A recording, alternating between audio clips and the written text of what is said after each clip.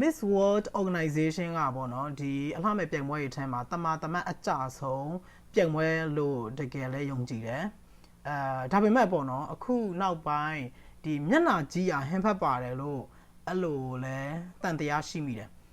ဆိုတော့အဲ့ဒီအကြောင်းပြောခင်မှာပေါ့နော်ဒီ Miss World Organization ရဲ့အုံနာဖြစ်တဲ့ Julia Molly ရဲ့တမာတိကိုတကယ်လေးစားတယ်အားကြတယ်ဒါပေမဲ့ပေါ့နော်ဒီသူတယောက်တည်းဒီ organization ကိုဥဆောင်နေရမှာမဟုတ်ဘူးဒီ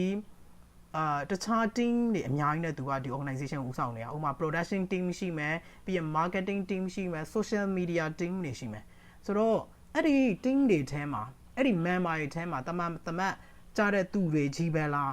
တမတ်မကြားတဲ့သူတွေရှိနိုင်သေးလားဆိုတော့ရှိနိုင်တယ်ဒါကိုဘာကြောင့်ပြောချင်လဲဆိုလို့ရှိရင်ဒီMiss World မြန်မာ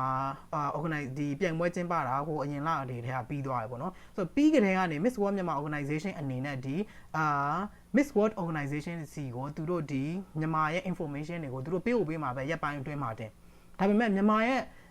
Miss World မြန်မာရဲ့ခီစာခင်ရဲ့ information ကအဲ့ကြတဲ့ကနေတက်မလာသေးဘူးကြားထဲမှာဒီလွန်ခဲ့တဲ့2ပတ်လောက်ကမှလောက်တဲ့ပေါ့နော်ဒီကောက်ကောင်ငင်ကရွေးလိုက်တဲ့ဒီMiss World Thailand ရဲ့ဓာတ်ပုံကအရင်ဆုံး information ကဒီ Miss World page မှာအရင်ရောက်လာတယ်ဒါအကြောင်းပဲလဲပေါ့နော်ဒီမျက်နှာကြီးရဟန်ဖတ်ပါတယ်ဆိုပြီးတော့အဲ့လိုမျိုးတန်တရားရှိနေတာပေါ့နော်ဆိုတော့ပရိသတ်တွေကဘယ်လိုမျိုးထင်ကြလဲ